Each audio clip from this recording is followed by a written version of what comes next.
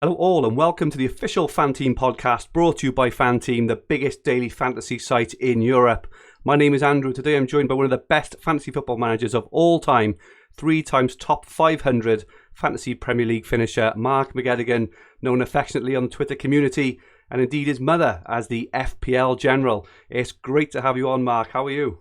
I'm good, Andrew. Good to finally be able to do this. I know you've been waiting patiently for me, given my internet issues over the last 4 or 5 weeks. So it's good to finally get one of these done, and it's actually nice. It's a fresh perspective looking at just one game week. So really focusing on those fixtures for game week 6. So looking forward to this. Absolutely. And how is your fantasy season going so far, Mark? Yeah, it's been a mad start. I've been playing fantasy a long time, and I'm sure you're the same. I can never remember opening 5 game weeks like this. So it's gone. I've somehow managed to weather the storm, thanks to Jamie Vardy and a couple of players Yeah. like that. I think I'm just inside top 200k in FPL after 5 game weeks. So I mean, if you offered me that at the start of the season, I would have snapped your hand off because I'm looking at my Elite 64 league that I run. There's a lot of top managers that are 3-4 million, Yeah. and I'm sure they'll be right up there come the end of the season. But it just goes to show you, I think, how tricky the start of the season has been. Indeed. And how are you enjoying the FanTeam season-long €1 million game?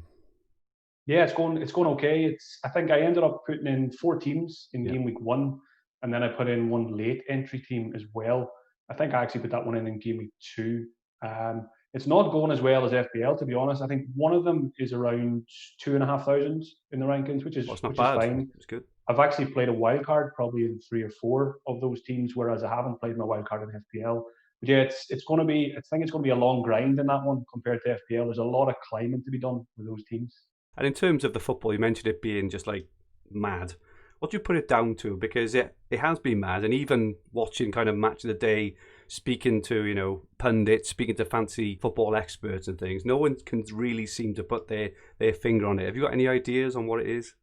Yeah, I think everyone has their own conspiracy theories at the moment, Yeah, don't they? It's just really hard. It's hard to put your finger on. I think the main things are probably the lack of the preseason for quite a few teams. We've seen quite a few teams weren't up to speed in the beginning. Manchester United was a good example against Crystal yeah, Palace.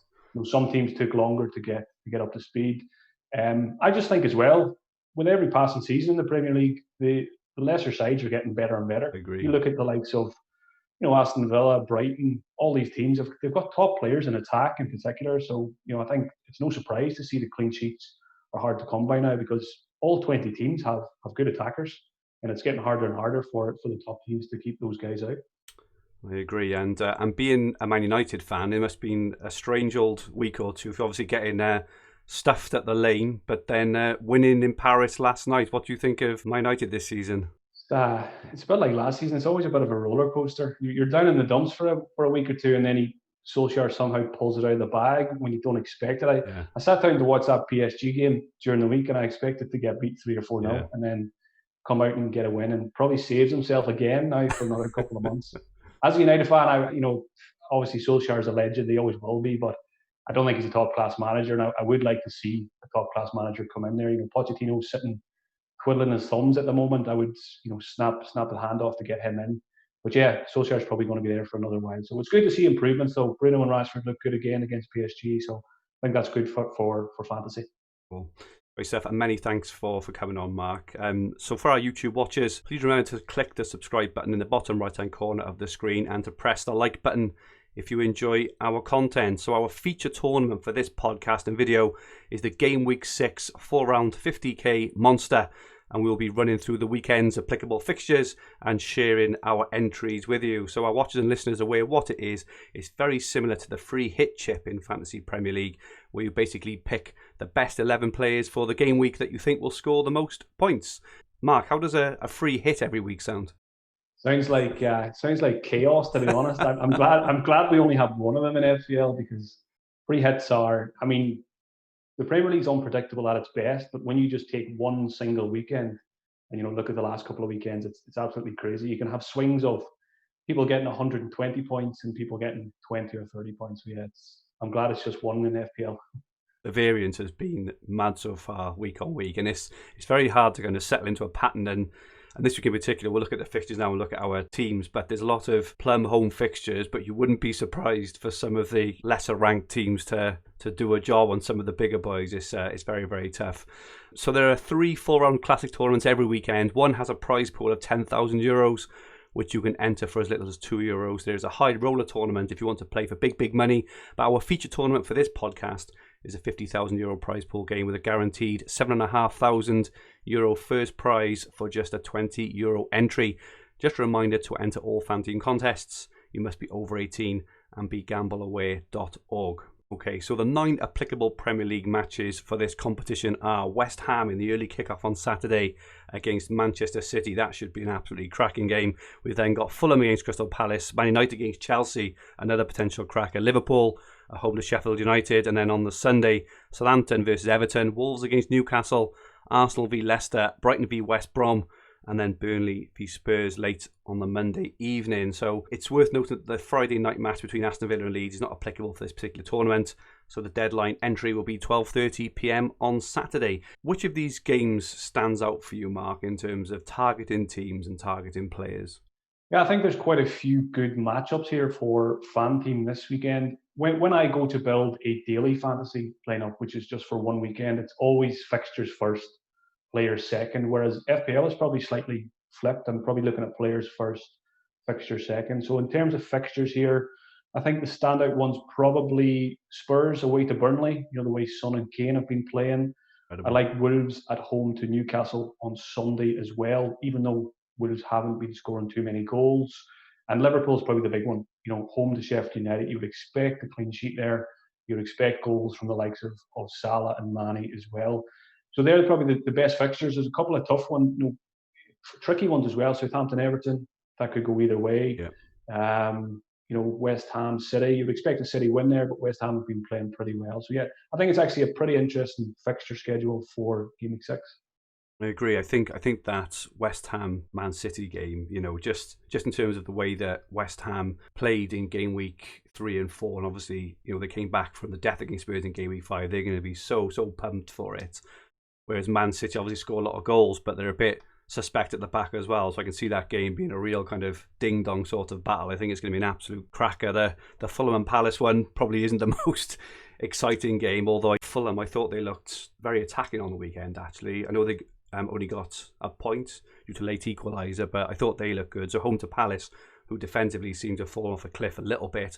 That Man United and Chelsea game, again, could go either way. There could be loads of goals because neither defence has been very good, but both attacks have been in fairly good form. So, and even Arsenal-Leicester, I think there's a lot of really good matchups here. Arsenal-Leicester, again, you wouldn't be surprised to see, a result either way. And then Brighton home to West Brom is what I'm quite excited about as well, because obviously West Brom haven't been very good at the back, and Brighton have been good looking forward. So yeah, some really exciting matchups, I think. This is what I like about FanTeam, the daily contest, because you look at the fixtures, you look at Fulham, Crystal Palace, and you look at Brighton, West Brom, and you think, right, those are games I'm probably not going to go sit down and watch. But I think there's probably quite a few picks there. Good value picks from Fulham and Brighton for this contest, as we'll see when we reveal my team. In my initial draft, I'm quite ashamed to say I somehow managed to have triple Fulham, which I haven't anymore. I don't think I've ever said that in my life, apart from when Dempsey and co were there a few years ago. But I certainly haven't now. Well, at least one of us does then. So we've now got Mark's team on screen for our YouTube watchers, and indeed, there's me laughing away at a triple Fulham. And Mark, you have triple Fulham. Do you want to talk us through your team? Andrew, you won't be laughing when you see my name at the top of the leaderboard on Sunday night. There we go. After Lukman Mitrovic banging 3 or 4 goals against crying. us. Yeah, so the picks here, I found it really difficult actually to put this team together this week. There's a lot of the, looking at your Fulhams and your Brightons, the prices are quite high for these guys because they've got the good fixtures. Right. So in goal, I've gone for the Fulham goalkeeper, Areola, who I've been impressed with this season. He made a couple of dodgy errors maybe recently, coming for crosses and stuff like that. But in terms of shot stopping, I think he's a really good goalkeeper. He was the PSG number 2, so he's come with pedigree. And it's the pick here. It's not really Areola. It's the fixture. It's Crystal Palace. Crystal Palace had one shot against Brighton, which was the penalty. Yeah. So I never have much faith in Palace to score So I think there's a good chance there for a clean sheet for Fulham. In defence, then, these guys explain themselves really. Robertson, I think, has been the best fantasy defender this season. Yes, he's not keeping clean sheets, but he's basically playing in the box when Liverpool attack. He's going to score goals this season. Lamptey, one of the most exciting players in the league. He passes the eye test every time you watch him. You can get attacking returns against West Brom. Good chance of a clean sheet there as well. And then making up the back three then is Everton's Lucas Dean. I'm always a bit wary of getting an Everton defender when Pickford is making all the mistakes that he's making. Yeah. But Lucas Dean looked really good going forward in that Merseyside derby, and I'm hoping that he will link up again with Calvert-Lewin, provide the assists for Calvert-Lewin's header. So that's why I picked both of those guys. So I'm hoping for Calvert-Lewin goals assisted by Lucas Dean. And into midfield. Yeah, so I found it tricky. I didn't really like any of the third striker options when I only had about 6 or 7 million left. So I went for an extra midfielder instead. Souček is the enabler here. Now, 5.1 million, he just allows you to do a lot with the rest of the team. I don't mind if he doesn't get points for me, but hopefully the guys that I'm able to get with him in there will make up for that. And Souček, his numbers are really good. Every time you watch West Ham, he's there or thereabouts. The goals are coming, and I just hope we're not still saying that in Gameweek 33, Gameweek 34. The big hitter, Mane, it's Mane or Salah probably from that Liverpool fixture. Watching Liverpool recently, I just think Mane gets the better chances, and Salah will probably be higher owned in this competition. And I like to kind of go against the grain in these. Usually when I've had my successes in daily fantasy before, it's when I go against the grain. I haven't got any Spurs players here. A lot of people are going to go for Son and Kane, so I'm kind of backing Burnley there to keep them quiet, and then my guys can outscore them. It's very hard to fit them in anyway with the prices. So Mane's in there as vice captain. Trossard, captain's armband. Again, the successes I've had, the most success I've had in daily fantasy over the last couple of seasons is when I go for a differential captain. Yeah. It's only one game week. Anything can happen. If Trossard can get 2 goals and assists against West Brom, you're going to have a very good chance of being in the money, especially if some of the more popular captains are quiet. So I always go for a differential captain. Saint-Maximin is a bit of a wild card pick as well, because Wolves are pretty good defensively. So I'm just hoping that, a lot of people pick Wolves defenders, so I'm hoping that Saint-Maximin will wipe out that clean sheet and get me points there. And then making up the midfield, Lookman, who was very good in that Sheffield United game. He's got the X factor, great goal. Mitrovic should have scored a header as well from one of his crosses. So I'm hoping those two link up against Crystal Palace again. Mitrovic will probably never, ever be in my FPL team again, but I don't mind picking him for 1 week. Yeah. Fan team in a good fixture, because he had plenty of chances last week. Missed a penalty as well, so it could have been quite a lot of points there for him. And then Calvert-Lewin, as I mentioned. So overall, I think that's a pretty decent 11. Obviously, there could be 1 or 2 changes before the weekend, but it's pretty set. You've gone pretty expensive there at the back. As you mentioned, you haven't gone for the expensive or really expensive midfields and attack. With the lack of clean sheets we've seen, even though I would say in game week 5, there seemed to potentially be a little bit of regression back. I think on the Monday night, there was a 0-0 and a 1-0 one day, only 1 goal in the 2 games, which has been a bit of a novelty this year. Do you think we're going to see regression back now to more clean sheets? And is this why you kind of lumped in a bit more in defence and in attack? Yeah, it probably is. I do think it will regress a little bit. In terms of, I think, again, it's I'm trying to think what other people are going to do here as well. I think a lot of people, because there hasn't been many clean sheets, they will go with cheap defenders. So I'm hoping it's a weekend where there is more clean sheets, and by me paying the extra in defence, that I'll be rewarded for that. But it's more the player picks. Individually, Robertson should get attacking returns against Sheffield United. I think Sheffield United have only scored 2 goals this season. 1 was a penalty and 1 was a worldly from McGoldrick. So I'm really not expecting Sheffield United to score against Liverpool. So it should be a locked-in clean sheet. Lamptey as well. Brighton have good underlying defensive numbers, even though they haven't kept too many clean sheets. Yeah, I agree. West Brom, I think, will struggle to score goals this season. So I'm hoping that will be a clean sheet as well. And like I said, Palace have had 1 shot last week. So Areola, surely there's a good chance of a clean sheet there. So it's more individual picks here and fixtures this weekend, as opposed to thinking we're going to get a lot more clean sheets. Fair enough. And so I've now got my team on screen for our YouTube watchers. So my team, we've got a couple of similar picks, but it does look quite different actually. I think I've just gone a bit cheaper at the back, which, as I mentioned, has allowed me to get a bit more cash and budget into attack. But I've gone for triple West Ham actually against Man City. There's me laughing at your triple Fulham in their plum fixture. I've got triple West Ham. You've got some nerve laughing at me when you've gone triple West Ham against City. Well, there we go. But listen to my rationale. So Fabianski in goals, right? I think he's either the cheapest or one of the cheapest keepers this week. The good thing about FanTeam and the scoring system is you do get rewarded for save points, and while I expect Man City to score a couple of goals, I also expect them to have a lot of shots on target. And Fabianski, he's a really good keeper. He makes a lot of saves. And so, I'm kind of I'm not expecting much from him, but for 4.9, if he can get me a couple of points, if he can make 5 or 6 saves, I think he's more than capable of doing. That obviously allows me to plough a bit more cash at field. In defence, I've gone for Roman Saiss. So obviously he scored on the weekend. It was disallowed because Podence was offside, but what a finish that was. And he also had a very near assist for Podence as well, just on the stroke of half time. So he looks hopefully nailed on in that team. They've got a nice home fixture to Newcastle, who've been okay, but I think Saiss could potentially there be a really good shout, quite cheap at 8.8. I agree with you on Lamptey. I mean, what a wonderful player. What a breath of fresh air he is. I don't know what it is in the last few years, but these young right backs just seem to be flourishing, don't they? Such brilliant attacking play, such a great player. So I agree there, and the fixture he's got, home to West Brom, you couldn't probably ask maybe for a better fixture for Lamptey to thrive. So I agree that's a really good pick. And while you've gone for Luca Dean, I've gone for the slightly cheaper Michael Keane. That he scored a couple of goals already this season. He's very attacking as well. So yes, just a cheaper pick really than Luca Dean. But obviously there's arguments there for both. So that's my 3 at the back. Moving into midfield and attack, which I'm quite excited about actually. So I've got the big hitters of Salah compared to your Mane. As you say, bit of a coin flip there.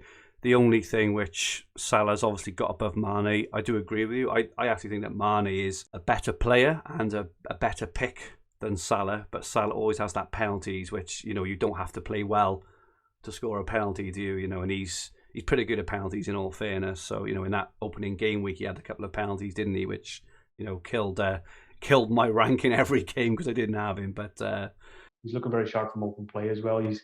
He's getting those chances and he's just instinctively, sticking in the back of the net, whereas he might have been snatching at those, last season. I completely agree there. I've also got Bruno, who is surprisingly quite cheap, I think, this week on FanTeam at 10.3. He shows in every game. He just gets attacking returns, regardless of the situation, regardless of the match. He always gets attacking returns. So, he could have had a hat-trick after last weekend against Newcastle. He had the goal that was disallowed. He missed a penalty, and in the end scored the goal and got an assist. And obviously last night he scored the penalty against PSG away as well. So I think at home to Chelsea, I actually think he's a good captaincy option because Chelsea haven't been great at the back. I know Mendy played last night in Champions League and they kept a clean sheet, but I just think generally, I think that result last night for Man United will give them, a much needed boost, shot in the arm. And I think that Bruno, I think he's actually a good captaincy pick as well in FPL this week. I haven't got Salah in that, so I'm tempted to go for Bruno this week, but we'll see how that goes. So I think he's a really good pick. I agree with you. So I've got Trossard, same as you. I've got Lookman as well. I think they both look really, exciting attacking players. Lookman looks absolutely electric, and Trossard as well. I think that's a really good shout. He's been really unlucky this season. He obviously had that hat-trick of woodwork hits against Man United a few weeks ago. And for my cheaper option, whereas you've gone for Soucek, I've gone for Jared Bowen, who again I think has looked really sharp without much reward yet actually. So against Man City on the break, I know Man City kept a clean sheet last week, but I think again he looks a good option. And then moving up front then, so I have gone for Kane, who is, in the form of his life. And, I'm not sure if it's fair to say that, but he's just looked in superb form. You know, I'm a Spurs fan, so I watch him really, really closely, and he's just looked absolutely unstoppable, especially in that kind of new false 9 or deeper 10 sort of role. So I think, you know, he's a really good option.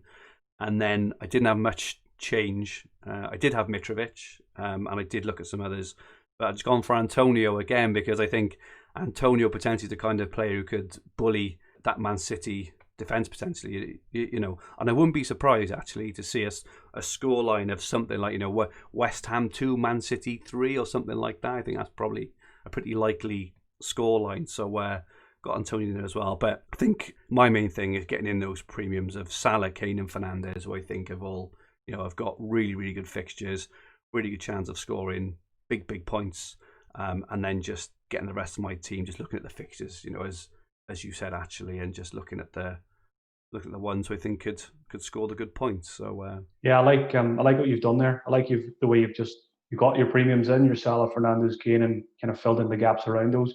I agree with you about Bruno as well. I think he's always a good captaincy option, no matter what the fixture is. Look at him against PSG, misses a penalty, steps up to take the next penalty, and you know he had quite a few decent efforts from open play as well. He's the kind of player, he just finds a way to get points, no matter what the result is of the game, no matter what the performance is of the team. So he's a fantastic fantasy pick, and like you say, 10.3 million. That's a very good price in FanTeam for him this week.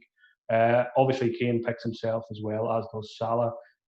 Antonio, yeah, I agree with you. Hopefully, the hamstring, I think, was precautionary, the substitution last week. So hopefully, he's okay. I'm actually eyeing him up in FPL soon as well. Possibly even this week, even though it's City and Liverpool next. I need to replace, I'm moving to a 3-4-3, so I need to choose between Antonio and Watkins. So it's a bit of a 50-50 call at the moment. So I need to get more news on that injury, first of all. Interesting as well that neither of us have picked any Manchester City players, or Chelsea for that matter. You know, Chelsea, yeah, maybe it's a tough fixture, but Man City's an interesting one because, you know, West Ham on paper, it's a pretty good fixture, but I guess it comes down to the budget reasons, I guess, and, you know, question marks over Aguero's fitness, and obviously there's no KDB there either, and likes of Laporte's not playing. So yeah, I think it kind of tells you what we think of Manchester City, both of us, you know, at the start of this season. They haven't really been firing just yet. I think their fixtures changed from something like Gameweek 10, you know, and De Bruyne will be back, Aguero, Jesus. I expect them, you know, from Gameweek 9 or 10 to be back fully firing. But at the moment, with all the unpredictability of everything and, you know, other players just playing really well, I completely agree with what you said, you know, about how all Premier League teams now, or most teams anyway, seem to be just finding these really good strikers. And I also think that the standard of defending has dipped as well. I don't know whether that's just, you know, the types of players or the specific players or just attackers are getting better. But I know there's been a lot made around the amount of penalties this year. But if you look at the standard of defending to give away some of those penalties, the one which always sticks in my mind was Man City against Leicester when they conceded all 3 penalties were very sloppy, poor defending, you know, and I think we've seen a lot of that this year, you know, where you know, it just hasn't been good enough. Yeah, I just think with the unpredictability of results, with teams I don't think are scared at the moment to kind of have a go either. You know, we've seen in the past, haven't we? Teams will just camp 11 men behind the ball against Man City. You're seeing them kind of go for it a bit more now as well. So, you know, I think with Man City, I think they will come good. Obviously, I think at the time is a good time to oppose them at the moment due to the price. I think the other you made a good point there. Sorry to interrupt. You made a good point there about the goalkeeper as well. You've gone Fabianski for, you were thinking about save points. You reminded me that in FanTeam you get a point for every save, you know, or half a point rather than having to wait for those 3 saves and those 6 saves. So that has me second guessing myself now on Areola, because yes, there's a good chance of a clean sheet, but Crystal Palace only had 1 shot last week. You know, there's probably not going to be too many save points there for Areola. So that's a position maybe that I'll go and look at again. Yeah. I think the other fixture which I quite like is Wolves home to Newcastle. You know, Newcastle always concede lots and lots of shots, so potentially Darlow in goals could be a, you know, decent pick in goals. But also I do think this is the week potentially that Jimenez and the Wolves attacking mids get a few points. So I've been holding on very, very patiently in FPL to Jimenez and Podence. I thought the Podence in particular was very unfortunate. He had a couple of really good efforts this week. So yeah, I think they've been quite unfortunate. And Wolves fixtures now, they're walking into a set of prime fixtures now. So I do think that Wolves will be good options. But if I think Jimenez this week in FanTeam example was more expensive than Bruno, whereas I think Bruno potentially is a better option. The first draft I put together actually had Semedo in there. Yeah. But then I went for Saint-Maximin then, and obviously if I'm going Saint-Maximin, it doesn't make much sense to have Semedo. So I just made that switch around. It was for budget reasons. I couldn't put a team together with Semedo because he's about 8.6 or something this week. So it's quite hard to fit him in. Agree. So yeah, there's so many options and permutations, and this is the great thing about the football. Even though it's been tough for fantasy to kind of predict anything, just watching the football with goals raining from everywhere, unpredictability, last minute winners, wherever you look, has been absolutely superb. So I'll certainly be entering a couple of teams in this, and playing around with, I really like the look of your team as well, Mark. So I may enter something similar along those lines. I also really like your point actually about a differential captain as well. So maybe sticking the armband on, I don't know, someone like Antonio potentially, or even Morpay. Morpay was quite expensive in this as well, but he looks a really good option as well. I may do a couple of those as well. So always makes sense if you're putting in more than one team. I think you've got to have at least one team where you go for a bit of a punty captain. Exactly. I'm saying Trossard may not even be that punty because it's one of the best fixtures. I think a lot of people will probably go Morpay or Trossard as captain this week. So maybe I'll get even more creative and go for Mitrovic or Lippmann. I did have. But I need to buy myself a Fulham shirt before the weekend. Absolutely. Okay, so that is it for us from this episode. All the links are below for all the games we have discussed today. Thank you so much, Mark, for joining me this week. We will have you on again very soon, and very best of luck for the weekend. Any final words of wisdom for the picks for this weekend? No, it's I always say daily fantasy. Have a bit of fun with it. We're trying to predict the unpredictable these days, so. Don't be going template picks. Have a bit of fun. Have a bit of fun with your captaincy pick as well. And good luck to yourself as well. I hope to see you in second place. Split the cash, mate. We'll split the cash. Okay. Remember that if you liked what you watched, please press the like button, and remember to subscribe to the channel in the bottom right hand corner of the screen. And if you are listening on a podcast, please rate the podcast and leave a comment. So this podcast will be available as a video on the FanTeam YouTube channel, and it's available as an audio podcast on all major podcast libraries, including Spotify, Apple Podcasts, and SoundCloud. Just search for Official FanTeam Podcast from wherever you get your podcasts. Our website is fanteam.com. Our Twitter handles are at FanTeamOfficial and at FanTeam_UK. Give us a follow for regular game updates and for entry giveaways. We'll be back next week, looking ahead to the Gameweek 7 Full Round Classic. The very best of luck for this weekend. Goodbye for now.